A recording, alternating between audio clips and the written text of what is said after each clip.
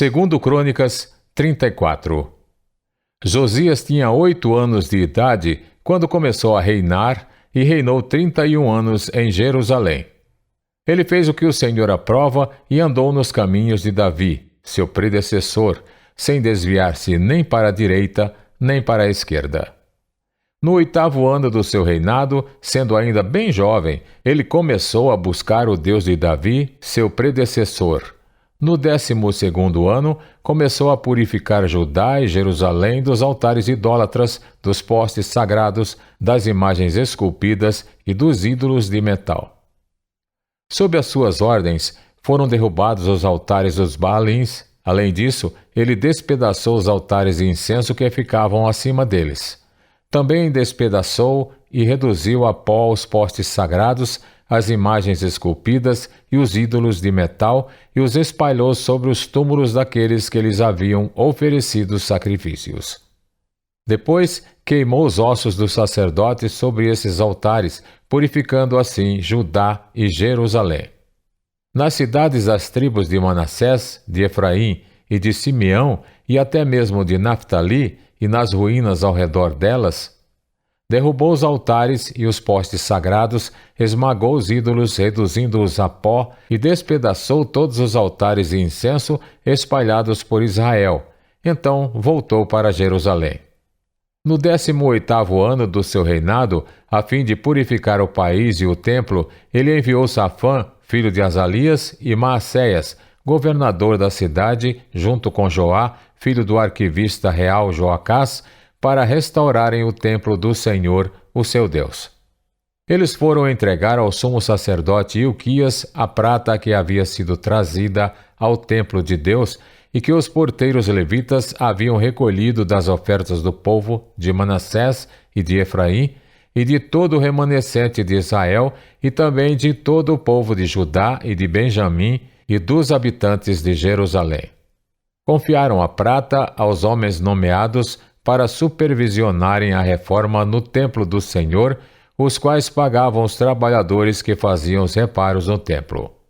Também dera dessa prata aos carpinteiros e aos construtores para comprarem pedras lavradas e madeira para as juntas e as vigas dos edifícios que os reis de Judá haviam deixado ficar em ruínas. Esses homens fizeram o trabalho com fidelidade. Eram dirigidos por Jaate e Obadias, levitas, descendentes de Merari, e por Zacarias e Mesulão, descendentes de Coate. Todos os levitas que sabiam tocar instrumentos musicais estavam encarregados dos operários e supervisionavam todos os trabalhadores em todas as funções. Outros levitas eram secretários oficiais e porteiros. Enquanto recolhiam a prata que tinha sido trazida para o templo do Senhor, o sacerdote Ilquias encontrou o livro da lei do Senhor que havia sido dada por meio de Moisés. Ilquias disse ao secretário Safã: "Encontrei o livro da lei no templo do Senhor", e o entregou a Safã. Então Safã levou o livro ao rei e lhe informou: "Teus servos estão fazendo tudo o que lhes foi ordenado." Fundiram a prata que estava no templo do Senhor e confiaram aos supervisores e aos trabalhadores. E acrescentou: "O sacerdote Ilquias entregou-me um livro." E Safã leu trechos do livro para o rei.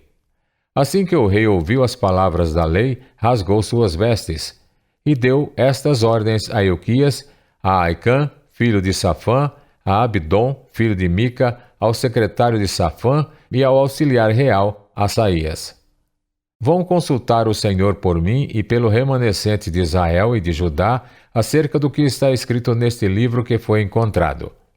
A ira do Senhor contra nós deve ser grande, pois os nossos antepassados não obedeceram à palavra do Senhor e não agiram de acordo com tudo o que está escrito neste livro." Ilquias e aqueles que o rei tinha enviado com ele foram falar com a profetisa Ulda, mulher de Salum, filho de Tocate e neto de Arás, e responsável pelo guarda-roupa do templo. Ela morava no bairro Novo de Jerusalém. Ulda lhes disse: "Assim diz o Senhor, o Deus de Israel: digam ao homem que os enviou a mim. Assim diz o Senhor: eu vou trazer uma desgraça sobre este lugar e sobre os seus habitantes. todas as maldições escritas no livro que foi lido na presença do rei de Judá.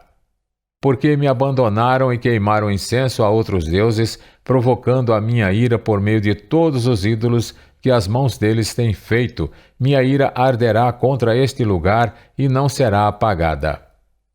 Digam ao rei de Judá que os enviou para consultar o Senhor. Assim diz o Senhor, o Deus de Israel, acerca das palavras que você ouviu.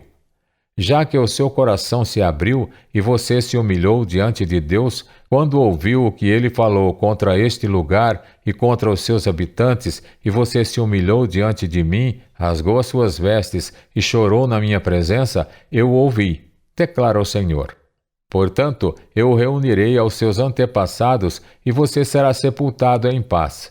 Seus olhos não verão a desgraça que trarei sobre este lugar e sobre os seus habitantes. Então eles levaram a resposta a Josias. Em face disso, o rei convocou todas as autoridades de Judá e de Jerusalém. Depois subiu ao templo do Senhor, acompanhado por todos os homens de Judá, todo o povo de Jerusalém, os sacerdotes e os levitas, todo o povo dos mais simples aos mais importantes. Para todos, o rei leu em alta voz todas as palavras do livro da aliança que havia sido encontrado no templo do Senhor. Ele tomou seu lugar e, na presença do Senhor, fez uma aliança, comprometendo-se a seguir o Senhor e obedecer de todo o coração e de toda a alma aos seus mandamentos, aos seus testemunhos e aos seus decretos, cumprindo as palavras da aliança escritas naquele livro. Depois, fez com que todos em Jerusalém e em Benjamim se comprometessem com a aliança.